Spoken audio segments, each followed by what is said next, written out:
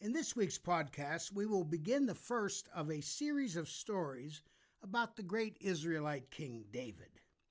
Each of these narratives detail incidents affecting David's adult children.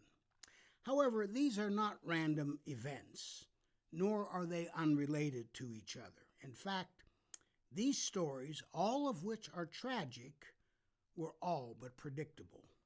Why do I say that?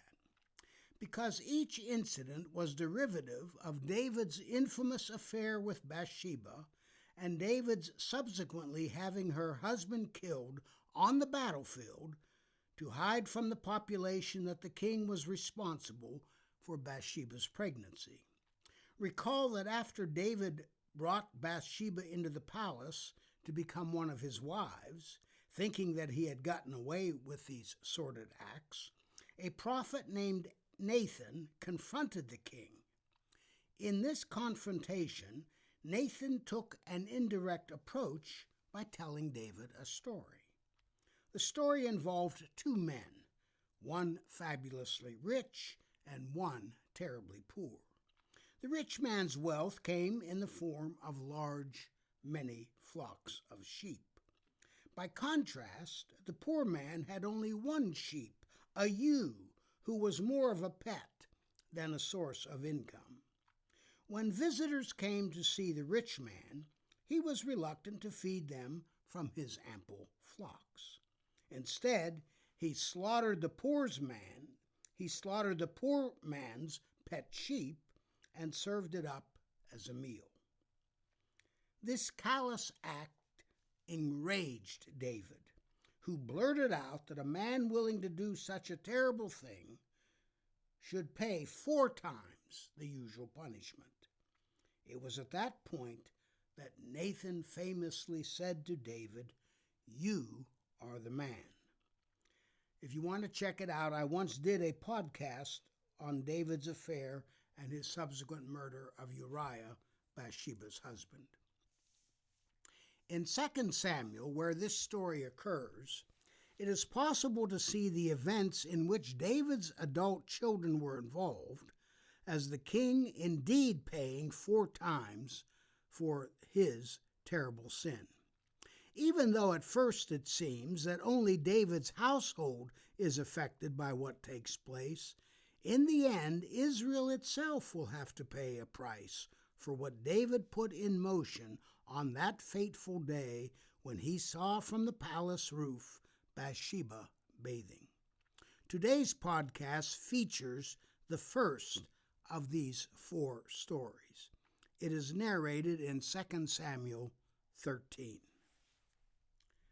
The story begins by telling us that Absalom, David's son, had a beautiful sister whose name was Tamar. That seems a strange way to introduce Tamar, for in being Absalom's sister, she was obviously also David's daughter. As though to suggest a little distance between David as the father and Tamar as the daughter, she is brought into the story as related to Absalom. That's in verse 1 of chapter 13. The possible distant relationship between father and daughter is the exact opposite of the close relationship that apparently described that of brother and sister. This will have a role in the developing story. Then another character is introduced, Ammon. He is called here David's son. Curiously, the 2 male children come onto the stage as David's sons, whereas the female is introduced simply as Absalom's sister. But the relationship between these siblings is complicated by another factor. Kings had harems, and therefore many children through many wives. Most royal siblings were half-brothers or half-sisters. That was the case in this story. Absalom and Amnon were half-brothers. Tamar was a half-sister to Amnon. However, she was a full sister to Absalom. This means that Absalom and Tamar shared the same father and mother, whereas Amnon only shared a father with these two half-siblings. Right off the bat, the narrator lets us know that Amnon loved his half-sister, Tamar. In fact, he was lovesick over her. His affections, though, had to be put on hold since Tamar was not sexually experienced. In fact, she was a virgin. Because of this, Amnon did not bother her. That is in verse 2. For moderns, a circumstance like this appears to be completely incestuous. But in the ancient world, including the biblical world, love and marriage between half-siblings was allowed. Even Abraham claimed that his wife Sarah was his half-sister. That's in Genesis 20, verse 12. In any case, Amnon had a thing for Tamar, and his longing for her was making him ill. It turns out that Amnon had a clever friend, Jonadab. Jonadab was David's nephew and therefore doubtlessly around the palace. That's in verse 3. Jonadab notices that Amnon is down in the dumps day after day and asks him what was wrong. Amnon confesses that his depression has to do with the fact that he loves Tamar. Once again, he, just as the narrator had done in verse 1, refers to Tamar merely as Absalom's sister. That's in verse 4. Upon hearing this, Jonadab hatches a plot. He encourages Amnon to pretend that he is ill, in fact, bedfast. Then, when King David looks in on him, Amnon is to tell his father to arrange for Tamar to come to his room. Amnon is to tell David that his half-sister might prepare food for him, which, it is implied, will help him to recover. That's in verse 5. Amnon did just as Jonadab had instructed. He pretended to be sick, got into bed, and spoke to his father when the king came into his room. That's in verse 6. David took the bait. He sent word to Tamar, who is still not called David's daughter, she is now Amnon's brother, that she was to prepare food for her half-brother. That's in verse 7. Tamar complied immediately in verse 8.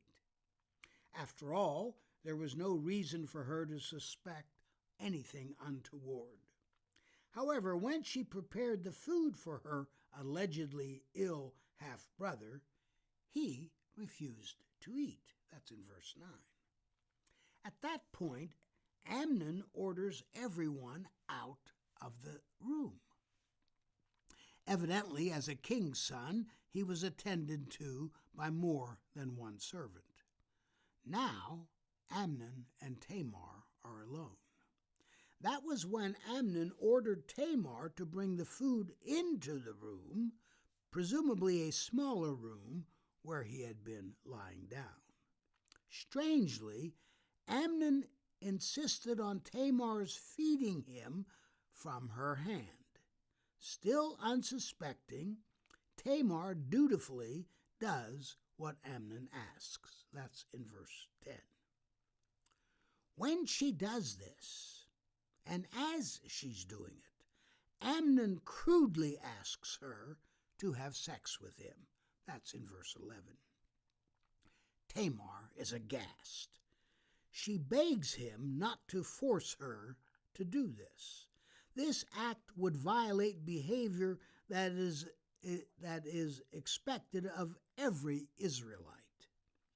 It would constitute wanton folly. That's in verse 12. Not only that, she would be shamed, and he would come off as eminently foolish. Only in a patriarchal culture is a woman shamed by rape.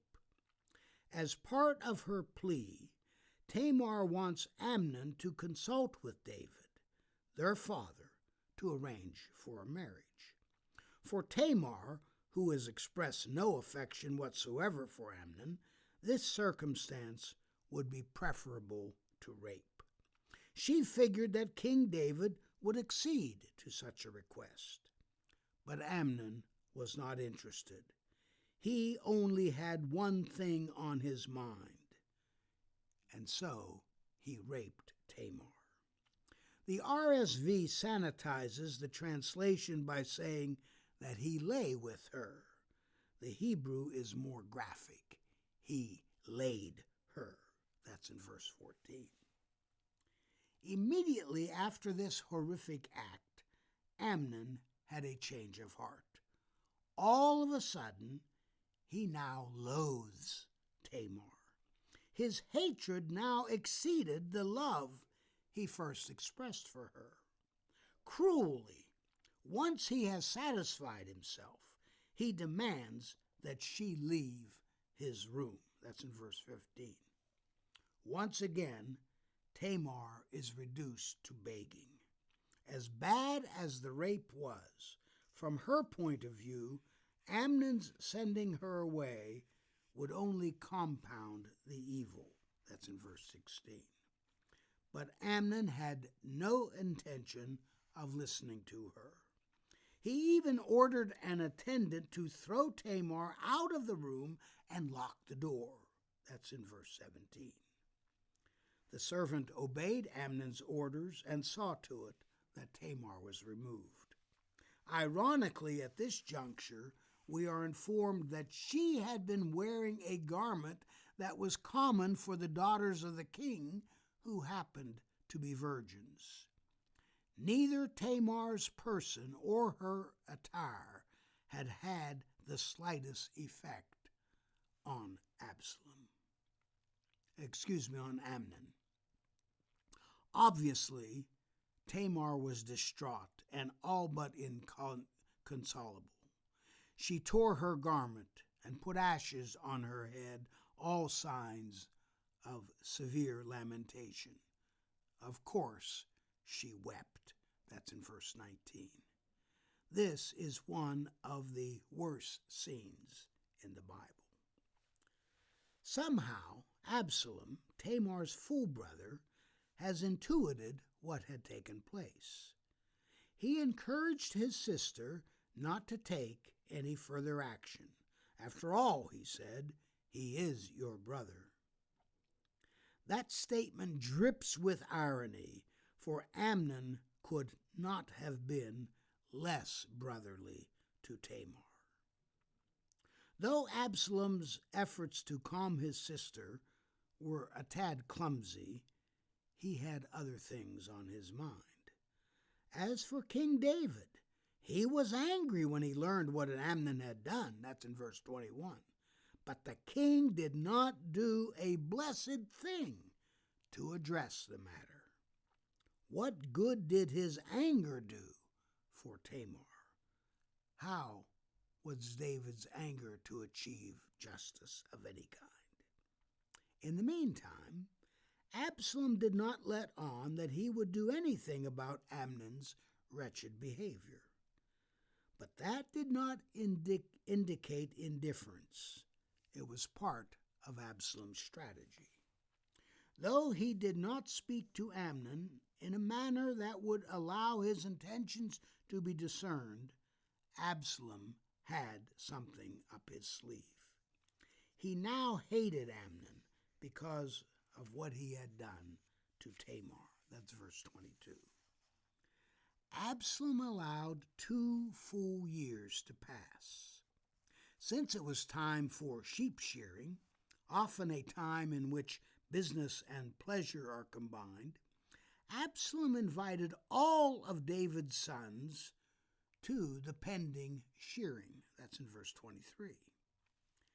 But David did not go along with what Absalom had in mind. When Absalom invited his father and his father's servants to attend the shearing also, David demurred. According to the king, such a big party would end up being too burdensome for Absalom. That's in verse 24.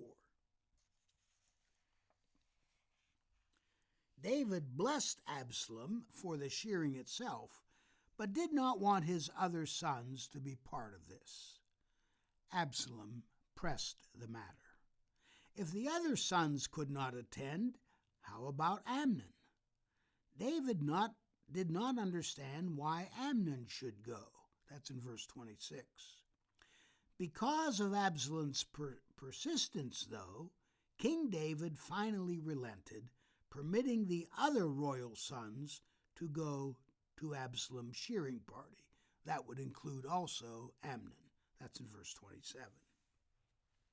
Then Absalom puts out the word to his servants, those in Absalom's own employ. Once Amnon is feeling tipsy from wine, remember the party atmosphere of a shearing, Absalom's servants are to strike down Amnon. Absalom wants revenge. He tells the servants not to worry, just obey the orders. Absalom's servants had no qualms about obeying. When the moment was ripe, they arose and struck down Amnon, killing him at once. Given what had just happened, the other royal sons quickly mounted their mules and fled. That's in verse 29. In the aftermath of this chaotic scene, David is informed that Absalom had assassinated every single one of David's sons. That's in verse 30. David's reaction was what one would expect from such catastrophic news. That's in verse 31. Everyone had torn their garments and was prostrate on the ground. Then Jonadab cleared up the situation by telling David that, as a matter of fact, his sons were safe and sound. Only Amnon had been killed. That's in verses 32 to 33 of chapter 13. As bad as that was for David to hear, it did not compare with dealing with the death of every single son. Absalom himself fled after he had had Amnon killed. At the same time, the other sons of the king returned to Jerusalem.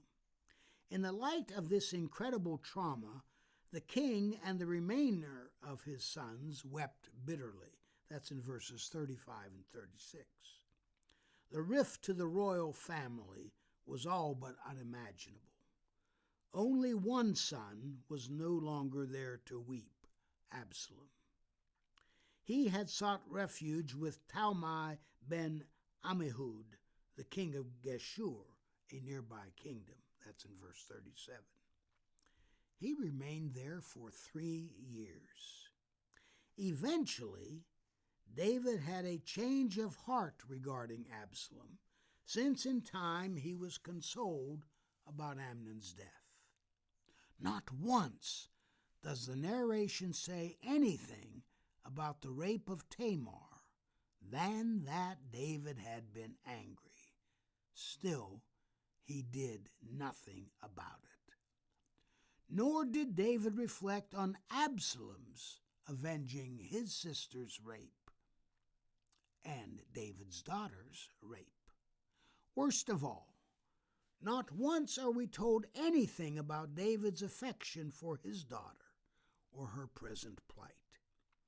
This is not a pretty picture for the royal family. It seems as though David has gone quite a far way to paying 4 times the punishment that he thought that the rich man in Nathan's story deserved. Go to my website, faspina.com. Let me know your email. I know that this is a strange thing and it's taken forever, but I'm actually being trained to get these mini courses up for you. That's why I want your email. And if you have a question that you'd like me to answer in a subsequent Q&A session, email me at fspino106@gmail.com. Thank you.